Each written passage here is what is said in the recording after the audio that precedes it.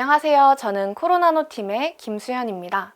저희 코로나노팀은 융합생명공학과 권대혁 교수님의 지도하에 나노디스크를 이용한 PCDA 시그널의 증폭 및 바이러스 검출 센서의 개발이라는 주제로 본 프로젝트를 진행하였습니다. 주제의 주된 키워드로는 나노디스크 그리고 PCDA가 있습니다. 따라서 프로젝트 소개에 앞서 첫째, PCDA가 어떤 물질인지, 그리고 둘째, PCDA를 나노디스크 형태로 만들려 한 이유가 무엇인지 먼저 소개해드리도록 하겠습니다. 먼저 PCDA가 어떤 물질인지 말씀드리겠습니다. PCDA는 친수성을 띠는 극성기와 소수성을 보이는 비극성기가 함께 존재하는 양친매성 분자입니다. 따라서 PCDA는 다음 화면에서처럼 소수성 부분끼리 인터랙션하고 친수성 부분끼리 인터랙션하며 셀프 어셈블리 할 수 있습니다. 셀프 어셈블리한 PCDA에 자외선을 쬐어주면 1사 어디션, 즉 포토폴리머라이제이션이 일어나 중앙에 2중, 3중 결합이 생기며 투명한 PDA가 생성됩니다. 이렇게 만들어진 PDA에 254나노미터의 자외선을 조사하면 PDA의 뼈대에서 파이파이 트랜지션이 일어나면서 투명하던 PDA가 파란색을 나타냅니다.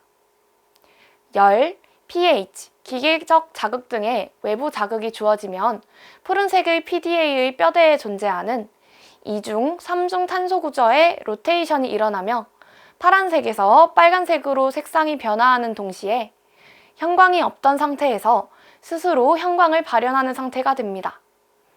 따라서 PDA의 자극에 따른 흡광도의 변화나 형광값의 변화를 측정하면 외부 자극에 얼마나 크게 반응하는지 확인할 수 있습니다. 특정 스티뮬레이션에 대한 반응을 컬러리메트릭 디텍션으로 확인할 수 있다는 점, 즉 육안으로 확인할 수 있다는 점은 센서를 개발할 때 매력적인 장점이기 때문에 여러 분야에서 PDA를 센서로 개발하고자 하는 노력이 진행되어 왔습니다. 그중 PDA를 이용하여 특정 물질 간의 결합을 인지하는 등의 PDA를 바이오 센서로 활용하고자 하는 여러 선행 연구들이 존재했습니다. 이에서 착안하여 본 프로젝트에서는 PDA를 이용하여 바이러스를 검출할 수 있는 플랫폼 기술을 구축하고자 하였습니다. 저희는 리포점의 형태가 아닌 나노디스크 형태의 PDA 바이러스 검출 센서를 구상하였습니다. 리포점과 나노디스크에는 어떤 차이가 있을까요? 리포점이란 지질로 구성된 구형 또는 타원형의 구조체로 대부분의 PDA 바이오 센서는 세포막과 구성 및 기능이 유사한 리포점의 형태로 개발됩니다. 리포점의 막은 유동성이 높으므로 단단했던 PDA 뼈대가 휘어지면서 색 변화가 잘 일어날 수 있게 됩니다. 하지만 선행 연구에서는 PDA 리포점의 센시티비티가 낮다는 한계점이 존재하였습니다. 저희는 낮은 센시티비티가 리포점의 크기에서 기인한 것이라는 가설을 세웠습니다. 즉, 바이러스에 비해 리포점의 크기가 커 고농도의 바이러스를 처리하지 않는 이상 PDA에 충분한 스티뮬레이션을 전달하기 어려울 것이라고 본 것입니다. 따라서 구 형태의 큰 크기를 갖는 리포점보다 크기가 작은 나노디스크의 PDA를 발현시키면 부피가 작기에 부피 대비 표면적이 넓고 따라서 바이러스에 더 민감하게 반응할 것이라고 예측하였습니다. 나노디스크는 지질 이중층이 멤브레인 스캐폴드 프로테인, 줄여서 MSP 또는 폴리머와 같이 양친매성 분자로 둘러싸여 있는 원반형 물질입니다. 막단백질 연구 과정에서 세포막과 비슷한 환경을 조성하기 위해 이용하는 구조체로 지질 이중층을 둘러싼 양친매성 분자의 길이를 통해 나노디스크의 크기를 조절할 수 있습니다. 나노디스크는 리포점처럼 세포막을 모방한 형태지만 보다 크기가 작아 몇 나노미터 크기의 바이러스와 더 높은 센시티비티를 가지고 인터랙션 할 것이라는 기대를 갖고 있습니다. 그리고 나노디스크는 리포점보다 더 안정적이므로 실제 센서로 개발되었을 때 보관, 유통 면에서도 이점을 가질 수 있다는 기대를 할 수 있습니다. 따라서 저희는 높은 센시티비티를 갖는 바이러스 센서 플랫폼을 PDA 나노디스크를 통해 구현하고자 하였습니다. 다음으로 중간 연구 결과에 대해 말씀드리겠습니다. 중간 연구에서는 PDA의 포토폴리머라이제이션이 잘 일어날 수 있도록 리피드 조성 옵티마이제이션 과정을 거쳤습니다. PDA가 삽입된 리포솜은 일반적으로 DMPC, PCDA를 1대4로 배합하나 바이러스와 결합하는 리셉터를 삽입하기 위해 최적의 리피드 조건을 실험했습니다. 앞선 두 가지 조성에는 TG가 포함되어 있습니다. TG, 토탈 강글리오사이드는 1개 이상의 시알릭 애시드를 가지고 있어 인플루엔자 바이러스의 스파이크 프로테인인 헤마글루티닌 바인딩 리셉터로 작용할 수 있습니다. 즉, TG와 인플루엔자 바이러스의 인터랙션을 PDA에 가해지는 스티뮬레이션으로 계획하였습니다. 앞선 두 가지 조성은 리포솜 형태에서 푸른색으로 색이 변화하여 PDA 폴리머라이제이션이 잘 일어난 것을 확인할 수 있었습니다. 하지만 라이트 익스포저를 반응하여 푸른색 PDA가 붉은색으로 변화하는 등 민감도가 높은 센서의 작용으로 인해 원래의 목적이었던 TG를 이용한 바이러스 디텍션에 대해서는 반응을 확인하지 못했습니다. POPC는 나노디스크를 만들 때 주로 사용되는 종류의 지질로 PDA 나노디스크 형성에 도움을 줄 것으로 기대되었지만 POPC를 첨가한 조성에서는 PDA 폴리머라이제이션이 덜 일어나 푸른색을 띠지 않았습니다. 앞서 PDA의 포토폴리머라이제이션이 일어난 지질의 조성으로 MSP를 이용해 나노디스크를 제작하였습니다. MSP를 이용한 나노디스크의 제작에서는 PDA를 보유한 나노디스크의 양이 극소량을 띄어 사이즈 익스클루전 크로마토그래피를 이용하여 정제하였지만 그 양이 바이러스 검출 실험에 적합하지 않았습니다. 따라서 MSP, 즉 프로테인이 아닌 폴리머를 이용해 나노디스크의 수율을 높이고자 하였습니다. 그리고 PDA가 마일드 스트레스에도 굉장히 센시티브하게 반응하였으므로 바이러스 리셉터 인터랙션의 영향을 확인하기에 앞서 PDA의 센시티비티를 확인하는 과정이 필요하다 판단했습니다. 따라서 최종 연구에서는 PDA 리포솜에서 통용되는 리피드 조성인 DMPC, PCDA를 1대4로 배합한 경우 그리고 PCDA 100%로 구성된 조성 두 가지에 대해 각각 PDA 리포솜, PDA 나노디스크를 만들었습니다. 먼저 DMPC, PCDA를 1대4로 배합한 경우에 대해 말씀드리겠습니다. 유리 바이알에 유기용매에 녹아있는 상태의 리피드를 넣은 다음 질소가스로 말려주면 리피드 필름이 생성됩니다. 리피드 필름을 하이드레이션 해준 다음 소니케이션 등을 통해 리포솜을 얻을 수 있습니다. 여기서 스마 폴리머를 처리하면 스마가 리포솜의 지질을 끌어안고 나오며 나노디스크를 생성합니다.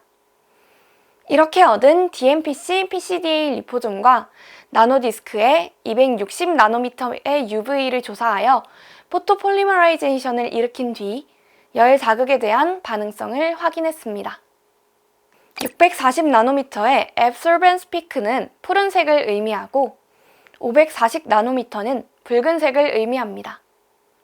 리포솜의 경우 1분간 열을 가해줄 때부터 640나노미터의 파장대의 피크에서 540나노미터 파장대의 피크로 이동하기 시작했고 열을 가해준 시간이 증가할수록 피크도 강하게 나타납니다.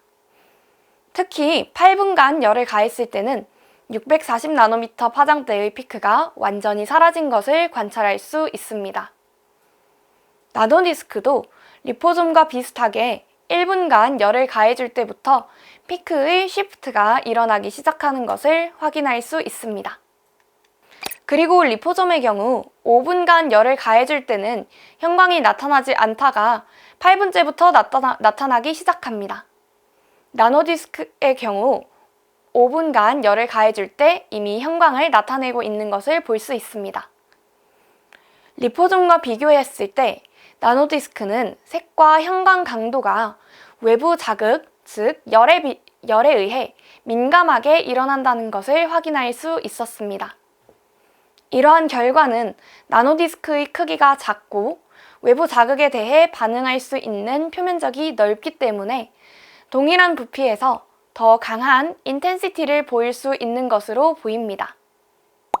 이어서 PCDA 온리인 경우에 대해 말씀드리겠습니다. PCDA 온리 리포좀과 나노디스크도 앞선 DMPC PCDA 리포좀과 나노디스크와 동일한 방법을 통해 얻었습니다.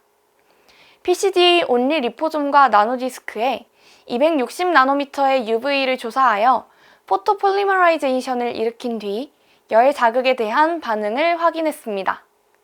PCDA 리포좀은 열을 가하며 640나노미터에서 540나노미터로 피크가 이동하였습니다. 하지만 모든 피크가 굉장히 낮게 나타난 것을 보아 리포좀 상태에서 포토폴리머라이제이션이 잘 일어나지 않은 것을 확인할 수 있습니다. 이에 반해 PCDA 나노디스크는 열을 가해주기 전에도 PCDA 리포좀보다 명확한 피크가 640나노미터에서 나타났습니다. 그리고 열을 가해주었을 때 피크가 640나노미터에서 540나노미터로 이동하였습니다. 열을 1분만 가했을 때 가장 높은 피크를 보였으며 5분까지는 비슷한 높이의 피크가 유지되었습니다. 하지만 8분 동안 열을 가하자 피크가 사라진 것으로 보아 디그라데이션이 일어난 것으로 예상할 수 있습니다. PCDA 리포좀에서 앱소벤스가 낮게 나타난 만큼 형광은 아예 확인할 수 없었습니다.